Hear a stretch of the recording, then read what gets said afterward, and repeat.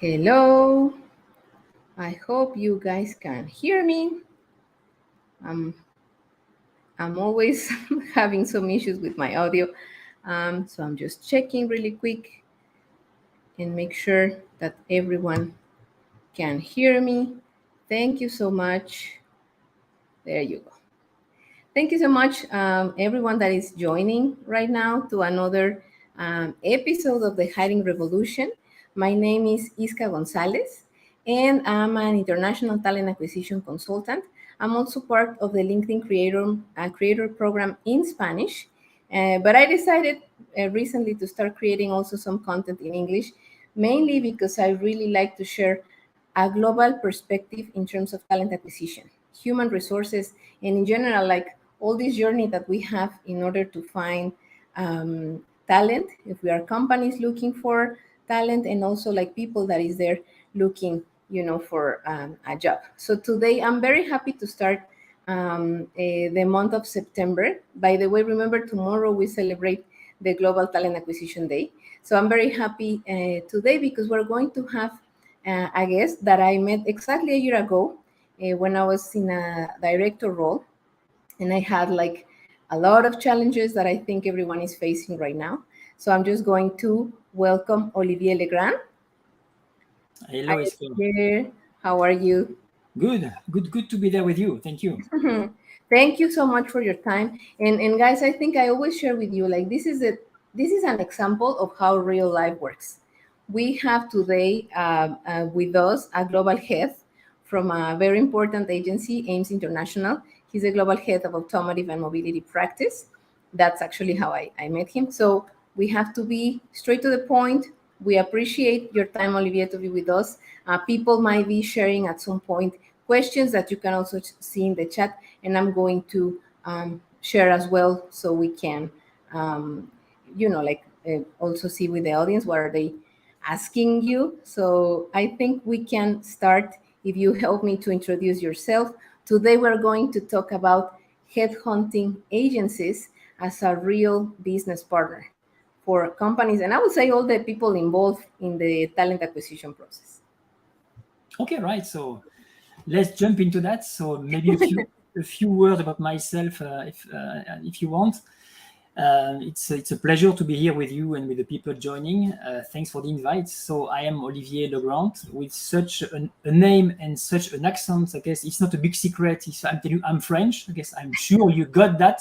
So I guess I don't have to hide that any longer. But I made my entire career in Belgium, starting some years ago now, in the food industry at Danone, in the purchasing and in the marketing, and then moving to a complete new world, the automotive.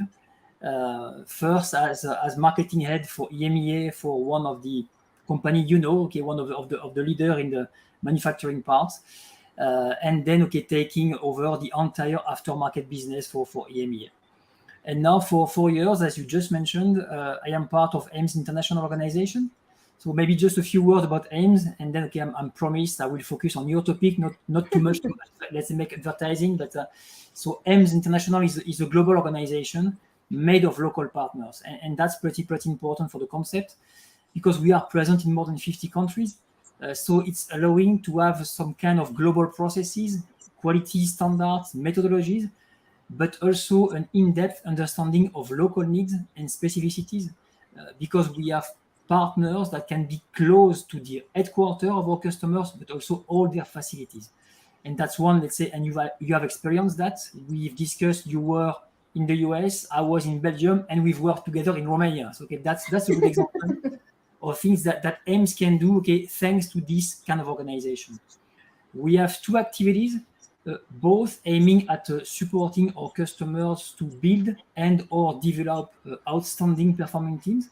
So executive search, and that will be the main topic of today. So we are there to find the right talents, but we can also help to develop talents. So we also have a talent development, talent management, leadership consulting facilities, so coaching, assessment centers, and these kind of things to help that, let's say, on one side, you can develop your talents, or on the other side, you can facilitate their working well together, because let's say in some cases, the talents individually are good, but it's the way they work together that is not, let's say, as ideal. And so let's say those two activities, so executive search and talent development, are supported by 9 group of experts. And you've mentioned that. We call that global practices. One of them is the automotive and mobility, and I am moderating that globally. And we have 14 people based in a key, let's say, automotive markets globally. And so myself, I am clearly much more involved in automotive industry than anything else, but AIMS as a group, let's say, has any kind of customers and is working with all industries. So let's say if some people in, let's say, from the audience wants to know more about AIMS, about myself, about the global practice, I guess I will post, let's say, the link in the chat box and find a way. And let's say now, let's say we will move to, let's say, to the topics and to your questions. Perfect. Thank you, Olivia. Anyways, I think it's important because I mentioned it to you, and some people ask me if so far my content is sponsored. Not yet, amigos. Maybe one day, but so far this is not sponsored. I really like to share how is it, as I was saying, how is it to work in a global environment when you find a real partner, when you find someone that actually listens to your needs.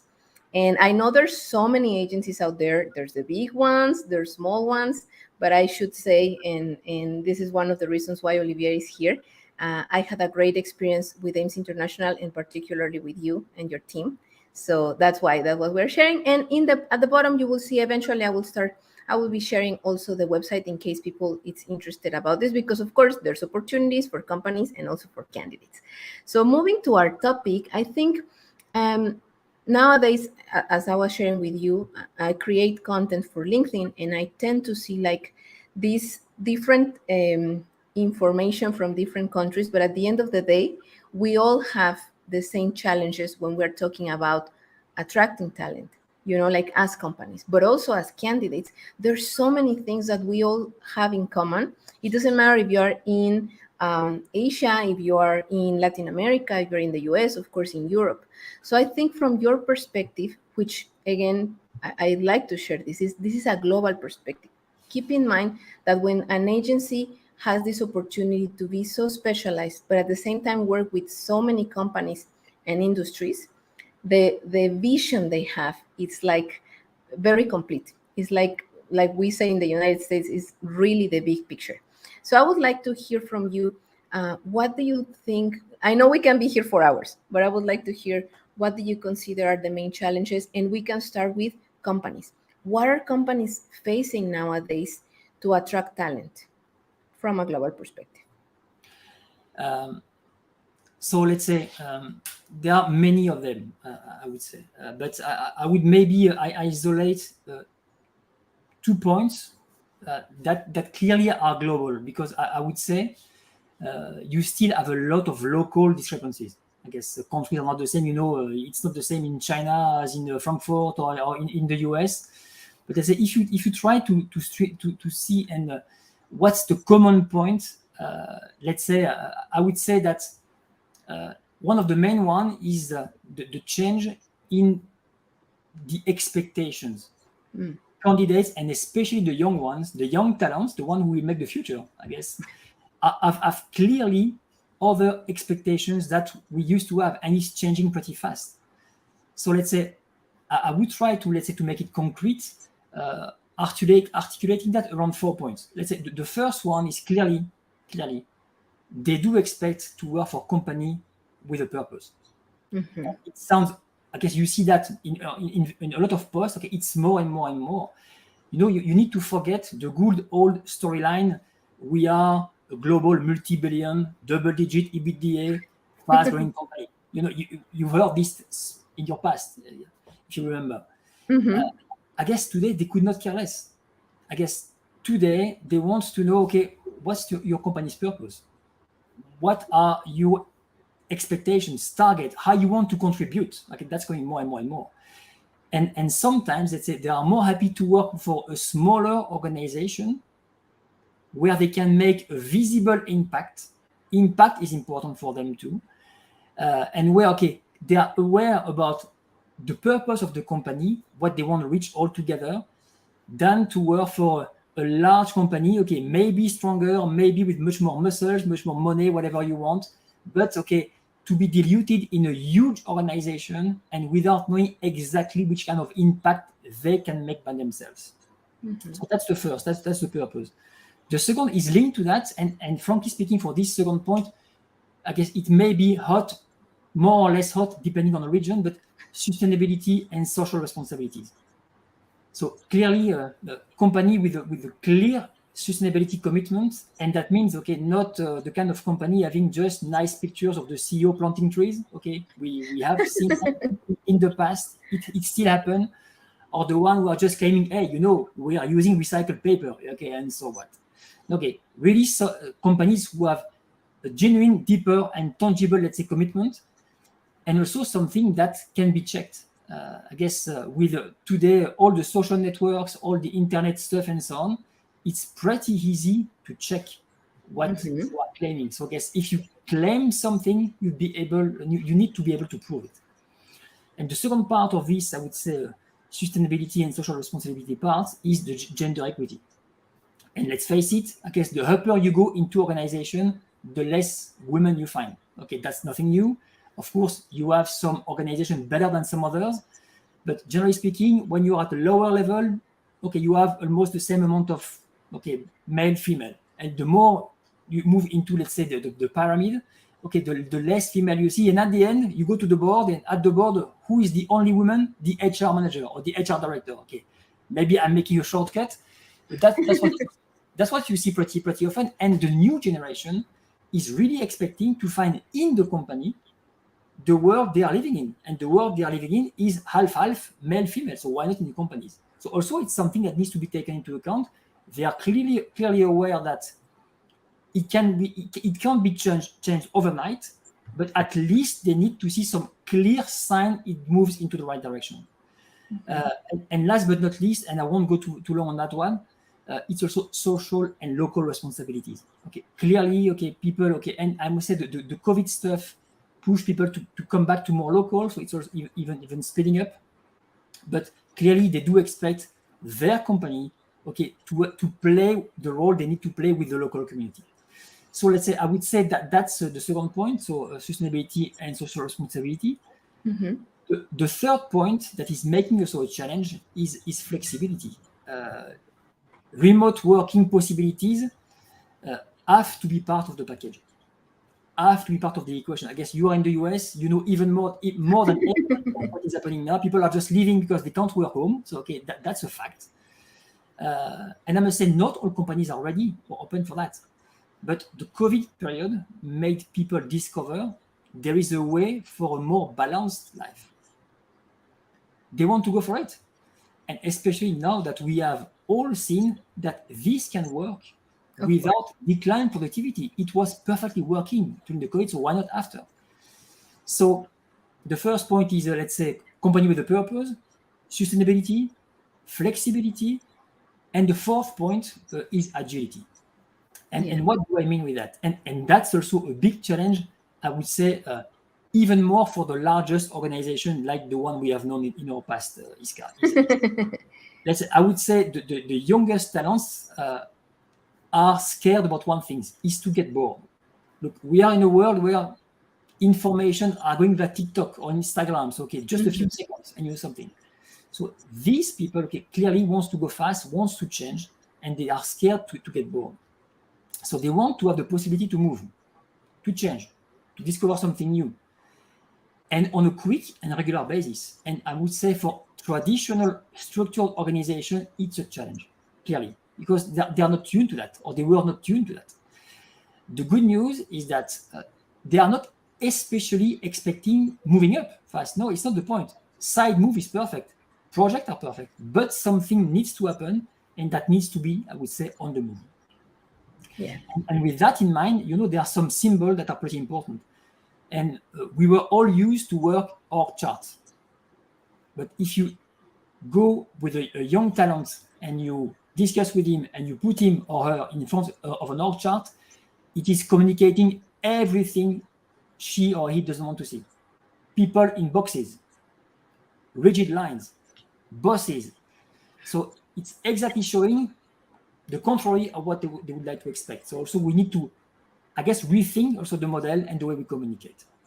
So wrapping this up, I would say, okay, they're expecting a purpose-driven companies, sustainability and social responsibilities, work flexibility, and agility/agile organization. And I would say these are the challenges companies are facing today to attract and also retain talents. No, and I really appreciate the summary you made for us, because if we think about it, one of the things I always share with the hiring revolution is that talent attraction is a team effort. It means, of course, the company has a purpose, as you said, and sometimes it's not that clear. And I think that's why it's so important now, like for companies to pay attention to their employment branding and the employee value proposition they are offering, because this is exactly one of the first things the candidates are going to ask. And I know there's like, I always compare this with economy, no? Like there's a lot of offer and demand in terms of jobs, candidates out there. But then, of course, you need to explain nowadays from the company perspective why the candidates would like to work with me. And the candidates are going to ask, what are you offering to me? Because there's so much out there. If I want to work for a company, we have to keep in mind that you mentioned something very important. Mainly the new generations tend to be bored really fast. Yeah. So if they want, they can become creators. They can have their TikTok account and monetize in there. So it's, I think as you said, good news is that things are changing, that it's, I would say all the companies have already this, their vision, their mission, the value, the purpose they have is more about sharing that with the candidates out there, showing in the market why we should work with them, and having also lean processes, I think, because sometimes recruiting processes take very, very long time. It depends, of course, like if you are, like in your case, you're in an executive search, obviously it's not going to be as fast as an analyst role. But even in those cases, like follow up, all these type of things is a combination that we have to keep in mind and not forget in this moment where the market is moving so fast, right? Yeah, and that's even more important that let's face it, and the word is out. Okay, there is now a war for talents. Okay, Yeah. that's Yes, a word.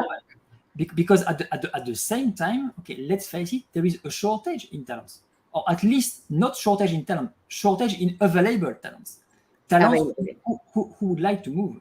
So you see a kind of interesting trends. Okay, on one side, you see a growing part of the people and the talents who have no willingness to move.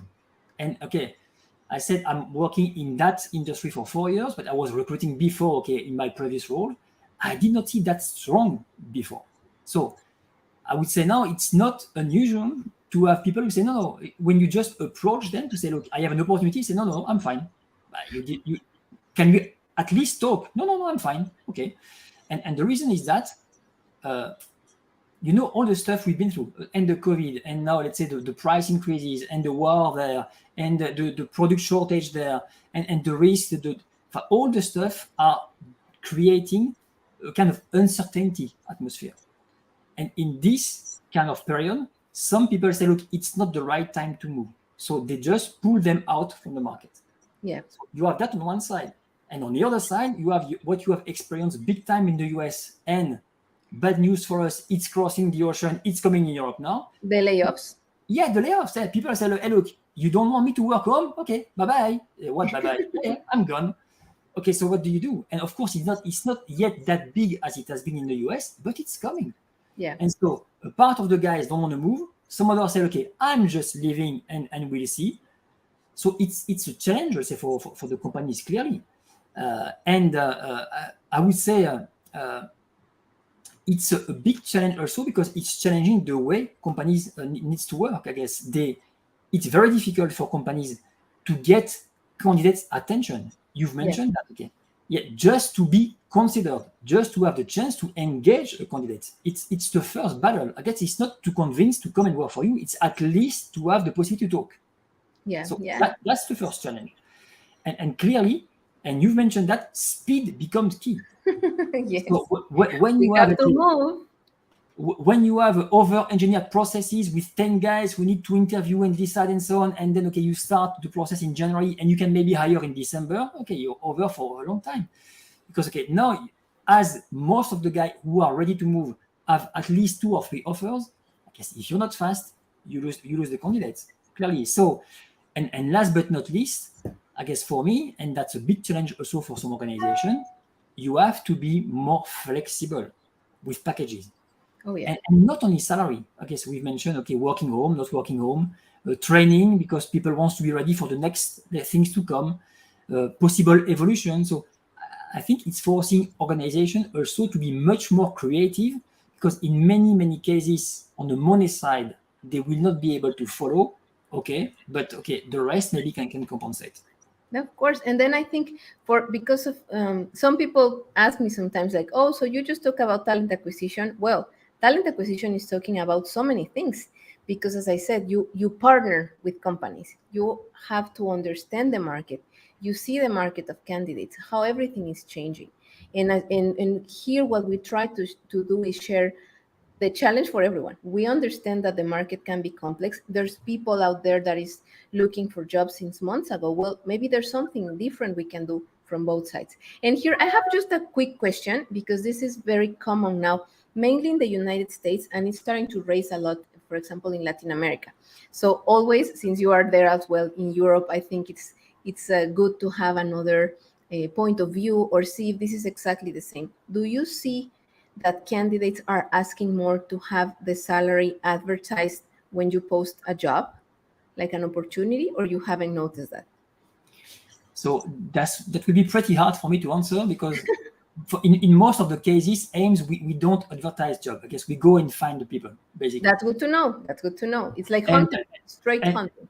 and I would say, but still, salary is clearly a hot topic. So I guess it's not unusual, okay, that one of the first question the guy or the lady is asking when you have the first chat with them is, fine, what's the salary? Or even worse, okay, it is, look, today I am at 150. If your customer or partner is not ready to put 25% on top, let's stop there. So can we talk about the job and the project and so on and the challenges? No. Plus 20 or nothing. Okay, that's fine. And so let's say, I would say on one side, you should not make salary a taboo. So yes, you need to discuss about that. I've mentioned that before. Companies need to be flexible. I guess is that salary or benefits or whatever, but I guess they need to find a way. There is a shortage in talents. They need some talents. So I guess at a point in time, it's a offer and demand. Okay, I would say. So and clearly the balance of power is now much more on the side of the candidates. But let's say if I should have to advertise a job, I would avoid mentioning a salary. Yeah. Let's say I would state all the benefits that you can offer, okay, all the non-money benefits, okay, and what we mentioned, okay, the company's values and the vision and so on, okay, of course, traditional stuff may be a little bit more elaborate, but nothing further. And of course, mention that, okay, for the right profile, it would be the right salary linked with the position. And I would say for two reasons, and maybe it's just common sense, but if you start communicating salary, what do you communicate? Do you communicate a salary which is in line with your salary, let's say, bond with? So what you have for most of your employees? If yes, and if it's too low for the candidates, then the guy will not apply.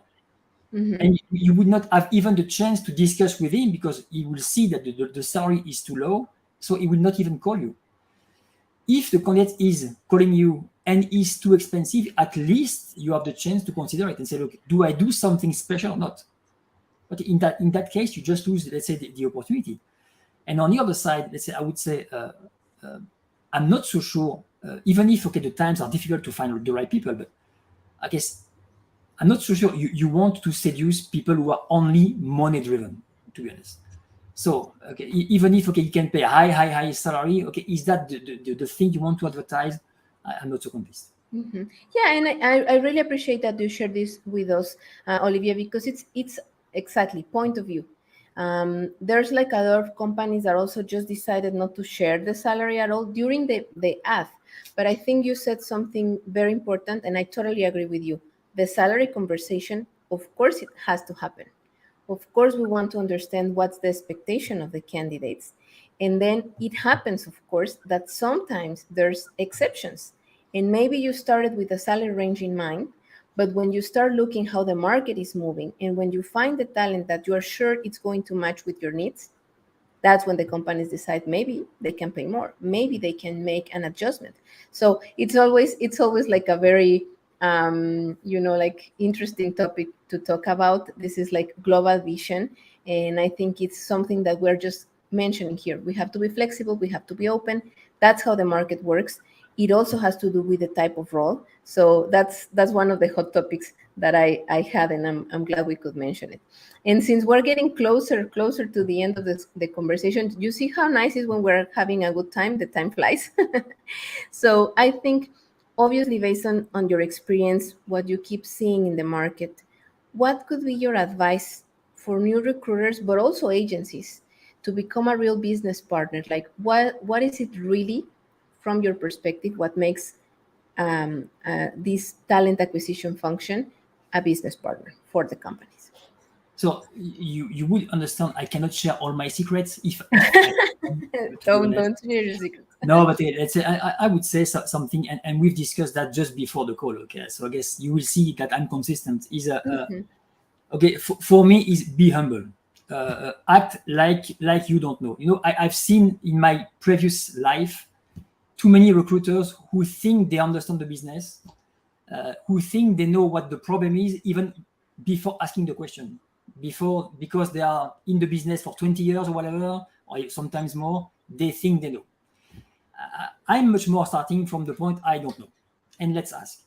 And I must say, when you are today in this kind of time where it's changing and changing fast, uh, that can make the difference, because again, you need to understand. You need, if you want to partner with your customer, you need to eat and breathe your customer. You need to understand. You need to live the customer inside out, and that means that okay, you need to spend a lot of time not only with the HR people. Okay, we love the HR people. It's not the point, huh?